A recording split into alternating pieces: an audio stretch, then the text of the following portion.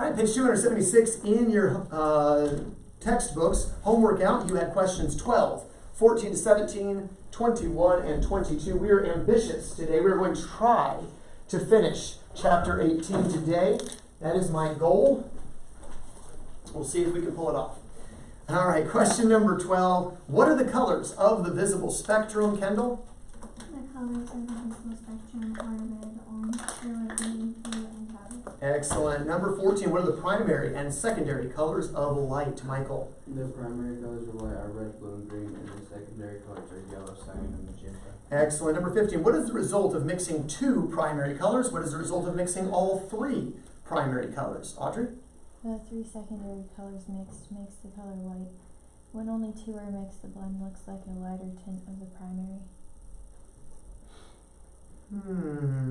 What did you have, Kendall, for 15?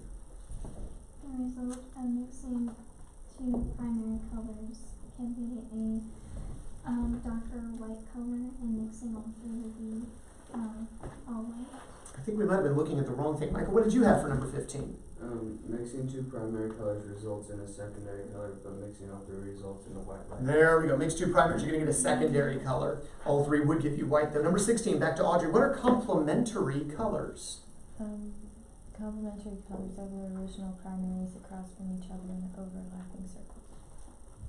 Okay, that's one way to describe it. Kendall, what did you put for complementary colors? Complementary colors are two colors in which their mixture is white. That's a better way, because that way it doesn't rely on a specific diagram that we're looking at, but two colors that can make white together. One would be a primary, one would be a secondary that includes the other two overlapping, so kind of referencing both answers, but complementary, two colors that together make white.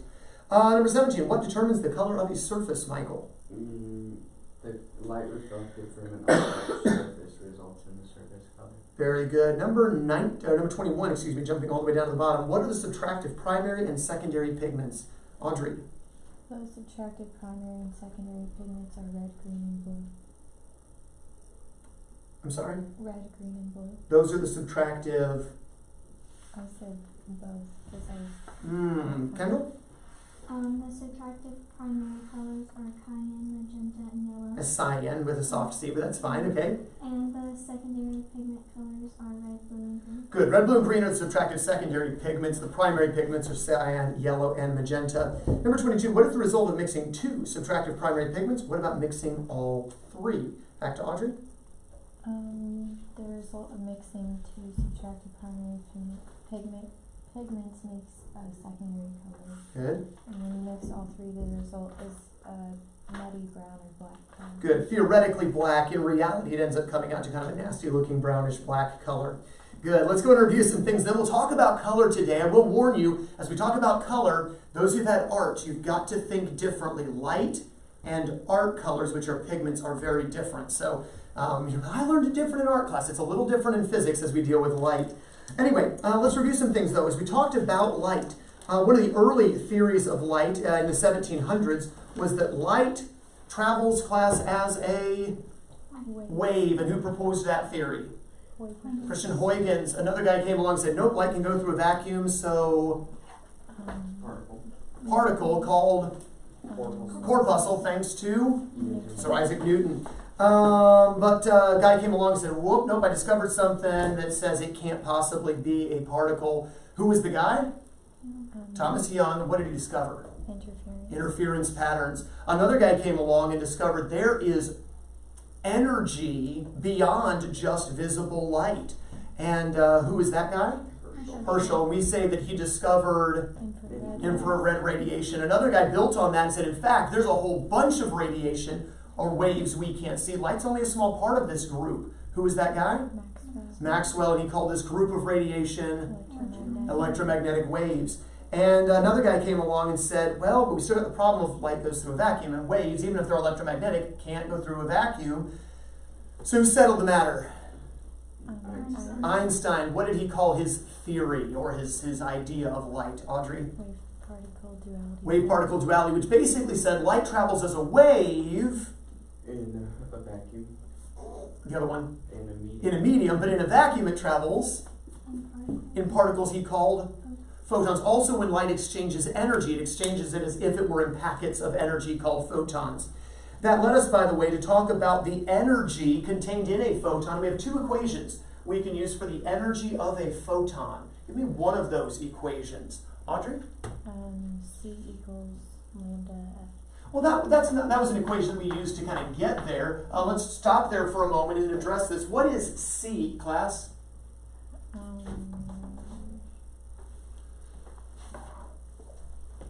What does C represent? Speed of light. Speed of light in a vacuum. But technically, this is the speed at which all electromagnetic waves will travel. What is the numerical value of C, class?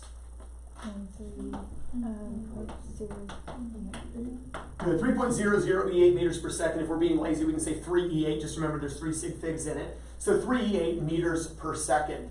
All right, you gotta know that. So what does C represent, class? Speed of light. Speed of light is what it's commonly called, and its value is 3 meters per second. We kind of use that, though, to get to this energy contained in a single photon. Kendall, do you remember one of those energy equations?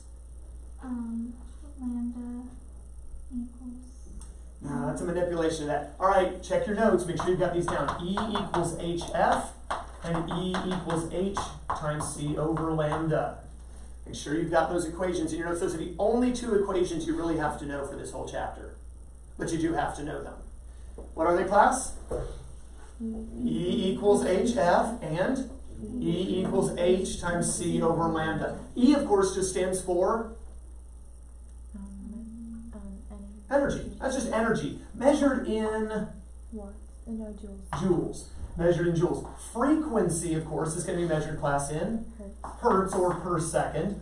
C, of course, we already said is the 3e8 meters per second. What about lambda? What does lambda represent again? Wavelength measured in meters. And then the H. H has a name. It's a constant of proportionality. We call it Planck's constant, named after Max Planck. And I told you to know something about Planck's constant. It's the smallest in the universe. It's the smallest proportionality constant in the universe, and at least so far that we've discovered. I should put that caveat on there. And what is the numerical value of Planck's constant? 6.63 E negative 34, and it's going to be joules times seconds. Joules to get the joules, times seconds to cancel with the per second. Let's say Planck's constant together again. 6.63 E negative 34 joules times seconds. And that'll be in either one of these. And that's, again, to find the energy of a single photon, depending either on the frequency of the electromagnetic wave or the wavelength of the electromagnetic wave. Again, these related because F is C over lambda, so we can replace F with C over lambda. But that gives us the ability to solve for energy regardless of what we're given about the wave. Questions on this? I seemed a little rusty, slightly scary, that's okay. We have a weekend to get this nailed down before the quiz in our next lesson over chapter 18. Let's see.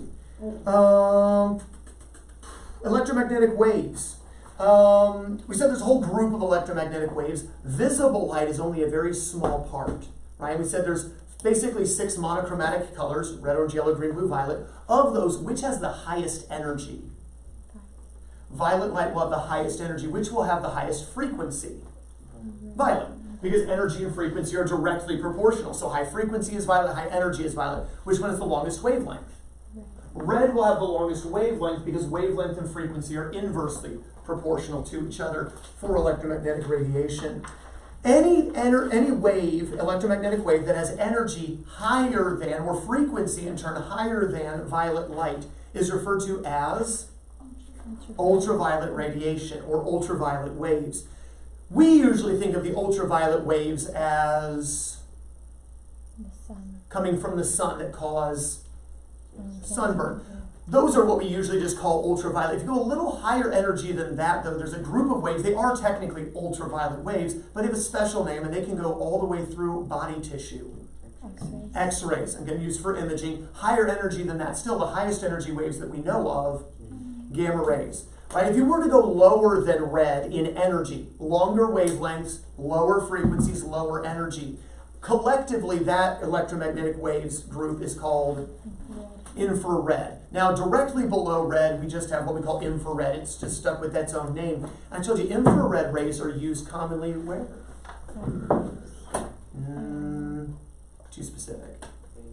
remote controls.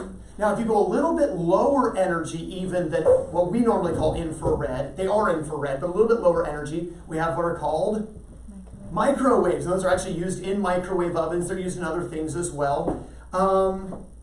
And in the video you watched yesterday, right, explained to you how the microwaves, even though they're lower energy, longer wavelength, lower frequency, how they're able to cook the food. Pretty interesting. The engineering, again, that technology's been around for years and continues to be around. Also makes you understand why microwaves have a turntable, because of those dead spots in the standing wave. So as it passes around, you get all those things taken care of. Also explains why it cooks so much faster than a conventional oven. You're literally heating all the way through at once.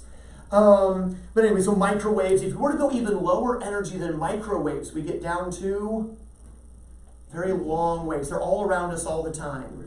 Radio waves, right? And so radio waves, which television signal comes from that as well. So all of those are considered infrared. So just infrared, again, there's your remote controls. Can't see it, doesn't hurt you, but can be used for practical uses. Microwaves, obviously very useful. And anyone, your family cook primarily with the microwave? No, so all of you made a little bit. Okay, mostly still use the oven and the stove, and Instant Pot nowadays is pretty popular as well. By the way, how does the Instant Pot work? It's also physics. Pressure and temperature directly related. If you can increase the pressure or contain pressure, allow pressure to build, it increases temperature faster. So that's the concept of the pressure cooker. Anyway, questions on electromagnetic waves. We talked about that in our last lesson. All right, let's talk about color now. Wrap up chapter 18, or at least try to. Chapter 18, last section is color. And that is our perception of visible frequencies. Here's the way I want you to know it. The way the human eye distinguishes frequencies of visible light. Color is the way the human eye distinguishes frequencies of visible light.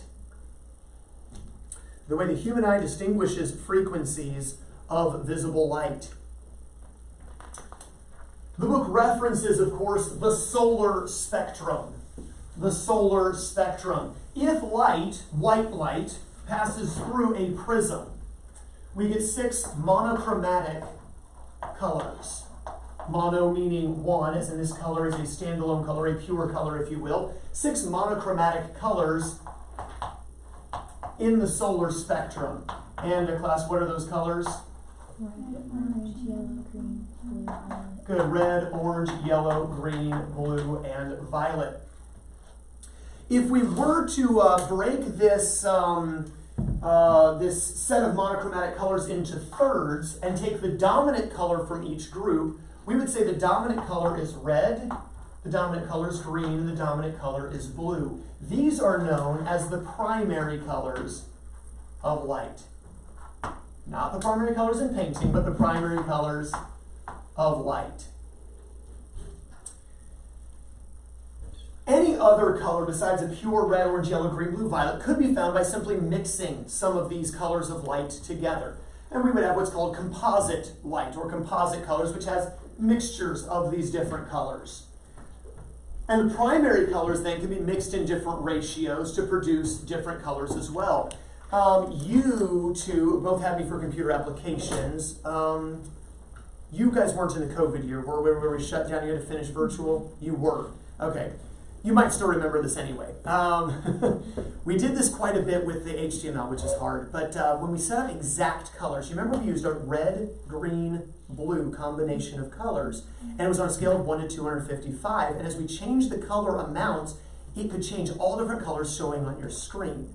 Now, what prints out on the printer might be just a little bit different, trying to relate them to pigmentation, but the colors on the screen, or the colors on a projector display, for instance, are in ratio of how much red, how much green, how much blue. As you change the ratios of these 3 colors, these 3 primary colors, you get all kinds of other colors, right?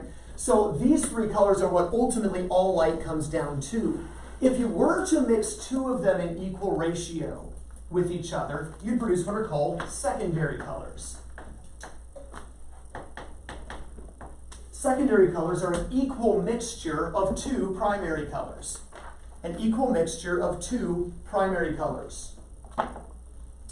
It makes sense to us, I think, that if we mix, because we know paint, now again, paint and light work very differently, but if we mix red and blue with paints or crayons even, going back to our younger years, colored pencils, Red and blue give us a color called purple.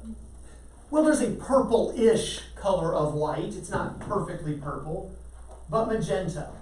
We can see how red and blue could give us magenta. If we were to mix blue and green, we get kind of a turquoisey blue-green color. So it makes sense, I think, to us that when we mix blue and green, we would get a color called cyan, which is a very much an aqua-y looking color. What blows the brain is red and green, which we know gives you a brown, nasty color. When it's light, gives you yellow. Red light and green light mixed in equal ratios give you a perfect yellow color. These are our secondary colors of light: magenta, cyan, and yellow. It then goes to reason then that two primary colors mixed will give you a secondary color. But if you were to mix all three primary colors, well, then you're literally going back to what you started with before the light went through the prism, right? Three primary colors all mixed then will give you white light. All three primary colors mixed give you back all the light. And so how many remember being taught when you were little, white is actually all the colors mixed? Now, my mom told me that white is actually all the colors. So I got out my crayons and I tried it. And I mixed all the colors. I'm like, I don't know what mom's on, but I didn't actually think that because I was little. But anyway, I'm like, I don't know what mom's thinking, but this is definitely not white. I mixed all the crayons. It is not white. It wasn't light. It was pigment. Pigment works very differently, as we're going to see in just a little bit. It is possible for you to mix one secondary color with one of the primary colors and get white. Think about it. What is magenta light, class? A mixture of red and blue. So since magenta is both red and blue at the same time, if you were to mix it with green, you would technically have all three colors, wouldn't you? If you took cyan, which is a mixture of blue and green, and you were to mix blue and green with red, cyan mixed with red would give you white, because it is all three colors. Yellow, strange as it may sound, is a mixture of green and red. So if yellow has both green and red, mixing it with blue would give you all three. We would call these complementary colors. Complementary colors. One secondary plus one primary that equals white. If you can mix a secondary with a primary and it gives you white, they are complementary colors. Now, Audrey was not wrong with her answer, but she was referencing a diagram that you'd have to see it to understand it. If you're looking on page 273, you'll notice that yellow is opposite blue. You'll notice that green is opposite magenta. You'll notice that red is opposite cyan. And so if you look opposite the big circle, the little piece across from the white is the complementary color because the piece across from white has the other two in it. What if we had no colors of light at all? Well, if there's no colors of light, then there is no light, and therefore you have black. Black is simply no light. Black is simply no light. Now, I've got some study hall students in here just for today. I'm going to have to interrupt your work because we have to turn the lights off. So, Audrey, if you would go turn off the lights. Y'all in the back, I'm sorry, just sit and suffer for a minute. But I've got little lightsabers here, and I'll see if this will show up on the screen. People watching on video, this may or may not work well. But let's see, Kendall. You've got to have green for Yoda. So notice if you turn this on here. Come on up here, Kendall. Oh, actually, I can't get this on video because she's a minor. Never mind. We're going to do some, I'll tell you what, I'll show it up here and then we'll pause the video and we'll let you guys do it. We've got our green lightsaber here. Okay, that's going to be Kendall because she's Yoda-sized. And then, dark side or light side, Audrey? I'll be dark. You'll be the dark side. Okay, so she'll be Vader. Okay, because I like the originals best. All right, and then Michael, you'll get to be Luke. Okay, you get the blue lightsaber. Now, they're cool with this lightsabers, but they give us a little better feel if we go ahead and take the cap off. Now, Michael, you're an adult, so I'm going to have you come join me on video for this. We're going to take the caps off, and they cease to be lightsabers, but we will play lightsabers in a minute. Michael, we need you to hold the blue one here. If you'll step to the side, and I'm going to hold the red one here, and the red one here. Michael, if you would go and put blue in next to it, we just need to make these about equal size because then they're going to be about equal strength, okay? And if we mix the two together here, we get that perfect magenta. Now, of course, if I back mine off a little, you see it become a little bit more purpley because the blue is now stronger. If I come in a little bit closer, we get that brighter pink, almost a reddish pink, as the intensities vary. But you see how in equal quantities, we get that perfect magenta color where they overlap. Again, that's not a hard one to realize. Same with the green. Okay, so we've got our green and the blue, and as we blend them together, we get that pure cyan. It'll take a little bit more of a brighter, maybe even a little bit more greenish look as I come in there. As I back it out, it becomes more blue, right? But we get that idea of that cyan color. The fun one, Michael, if you'll put the blue in aside, is the green and the red. Because again, this is just not something we naturally intuitively think. But in equal quantities, we get that perfect yellow color when the red and the green light mix. Now again, I can make it more orangish as it make the red stronger, and I get a greenish yellow hint as I back the red away, right? But all together, these two make the yellow. Now, Michael, if you'll get the blue one back out, and this is going to be fun to try to make slightly equal sized pieces here, but now we can see those, and here you can see kind of the diagram the book shows. I'm not sure, can you see that okay, ladies? Yes. Am I in the way, Kendall? You're good. I'm good. And try to make them equal size. And again, we see that white spot in the middle. And if I can get it perfectly equal quantities, we get a perfect equal white. It's just hard when there's all of this. All right, questions on that? Just thought maybe seeing it would be helpful. Again, I'm not sure how well that showed up on video. We're going to let them play with it for just a second, and we'll come right back.